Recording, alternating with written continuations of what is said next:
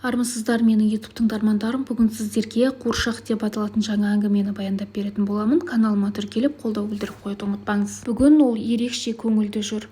Мұрын астынан ешкімге белгісіз әнді ыңылдатып айтып, пәтерінің ескі алдындағы мектеп ауласына қараған терезесін айқара ашып тастағаны.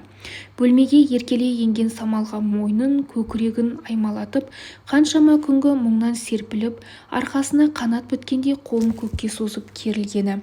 Төсегін жинап жатқанда көрпе жастығындағы алқызыл раушан гүлдердің қанық бояуын алғаш көргендей қолымен қайта-қайта сипай бергені. Театрдан келетін әріптестеріне сақтап жүрген тәттілермен шай ішкені. Ерекше ықтиярлықпен ыдыстарды жуып, қолайнаға қарағандай әр тәрелкеден өз бейнесін іздегені.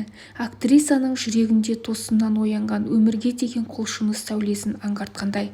Қалай болғанда да бүгінгі көңіл-күй терезеден төгілген күн шуағы сынды екі бөлмелі пәтерді нұрландырып жіберген. Бірақ үңірейген қос бөлме көрер көзге соншалықты әдемі емес те еді. Бір-екі орындық жұпыны стол, еңсеңді езетін ақшыл қоңыр түсті қабырғалар, жалқы терезе. Төрде ілініп тұрған сағат шеті жоқ. Дәлізде аяғын сылтып басқан адамның жүрісі сынды тық-тұқ еткен дыбыс шығарып, жалғыз басты әйелдің жүрек соғысын есептеп тұрғандай. Актриса ұйқысыз түндерінде сағаттың осы үнін сәт санап жақындап келе жатқан өлім қадамдары ма деп ойлайтын.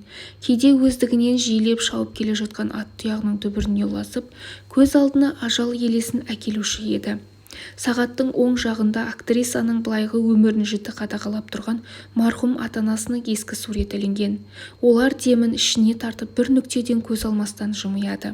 Бұның бәрі жалғыздықтың азабын шегіп жүрген актрисаны зеріктірген декорация болғанмен, бүгін ол осыншалықты сұрықсыз пәтердің әдемілігін енді тапқандай. Кеудесін шаттық кернеп, көңілі көтеріңкі жүр.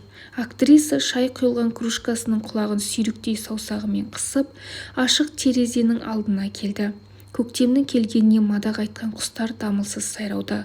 Ол жанын жадыратқан қоңыр леппен тыныстап, шәйіне ерінін тигізіп мектеп жаққа көз салды. Мектеп ауласында астыр салып жүрген оқушылар да бүгінгі ерекше күнге өз үлесін қосқысы келгендей шат-шадыман. Бір кезде қоңырау соғылып, жаңбыр дабылын естіп, елеуге асқан құмырсқалардай барлығы мектептің ішіне еніп кетті. Үлкен алаңда қолына қуыршағын ұстап, алаңсыз әткеншек тепкен кішкентай қыздың шашымен ойнаған жалғыздық желі ғана қалған.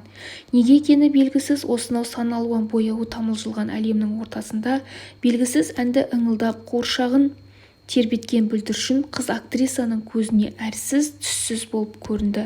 Таныс көрініс қайдан көріп едім деген сұрақ көңіл жиегіне алай-дүлей дауыл шақырғандай. Таныс көрініс. Оң қолындағы дысты терезе алдына қоя салды да, сең соққандай басы мең-зең болып төсегіне келіп отырды. Жастықтың үстінде отырған қуыршағы есіңе түспеді ме деп басын изегендей. Балалығының кішкене бөлшегі осы күнге дейінгі өмірінің куәгері болған жансыз досының жанарынан мен сияқты болған жақсы ма екен деген мысқыл сезіледі. Көңілсіз түске бояла бастаған бөлме ішінде актрисаға ғана көрінетін өткен өмір көріністері тізбектелуде. Әр кезеңнен бір естелік қалғаны ұмытып қалған уақыт өзеніне шайып жіберген. Әйтеуір балалық шағы көз алдында. Осы пәтер, осы сағат, тұқ-тұқ-тұқ. Актрисаның бүлдіршін күнде үлкен арманы болатын. Мүмкін ол үйдегі еркек пен әйелдің бірі ана, бірі әке рөлін ойнайтынын біліп қойып, ешкімге керек емес екендігін түсінген сәтте туған арман болар. Мүмкін әке кейіпкерлерін кезекті үйге қонбаған әрекетіне ерегіскен анасының көрші еркекті пәтерге шақырып алғанын түсінбегеннен туған арман шығар. Есінде қалғаны бүлдіршін актриса өзіне тиесілі бала кейіпкерін ойнауды тез үйреніп алғаны. Менің әкем және анам деп еркелегені, екеуінің алдында асыр салып ойнағаны, сурет дәптеріне біздің отбасы деп үшеуінің суретін салғаны. Кешкісін бетіне сүйгізіп өтірік ұйықтап қалатыны жалған жасанды баланың қарапайым қиялы кейбір теледидардан көрген әрекеттерді қайталау ғана болатын. Бір күні бүлдіршін актрисаға әкесі қуыршақ сыйлады. Сондай үлкен, сондай сүйкімді.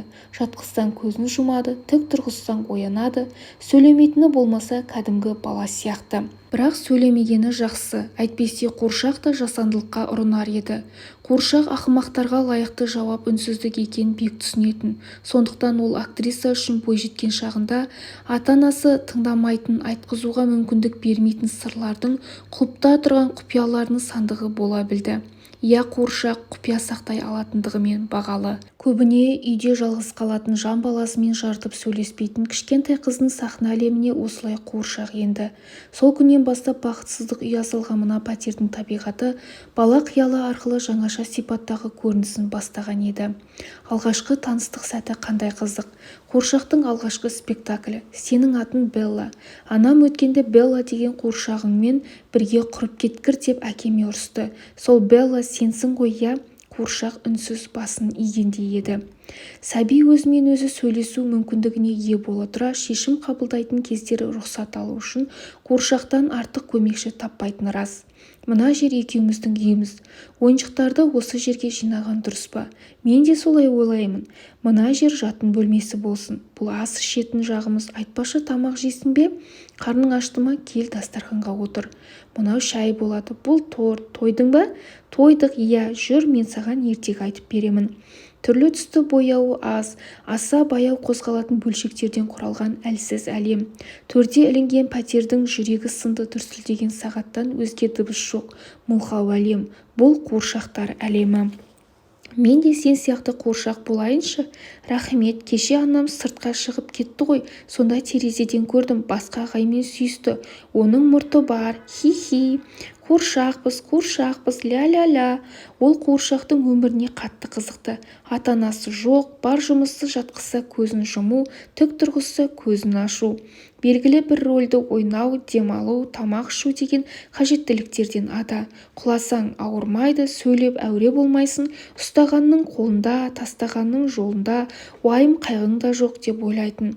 Анаң ойыншықтарыңды жина деп ұрыспайды. Қайдан ұрыссын, өзің ойыншық емессің бе? Қыз сықылықтап күліп жіберді. Қуыршақ болған қандай рахат. Кел екеуміз өмірімізді айырбастайық. Иә, содан бері олардың жұптары ажыраған жоқ. Бірінші бөлімнің соңы.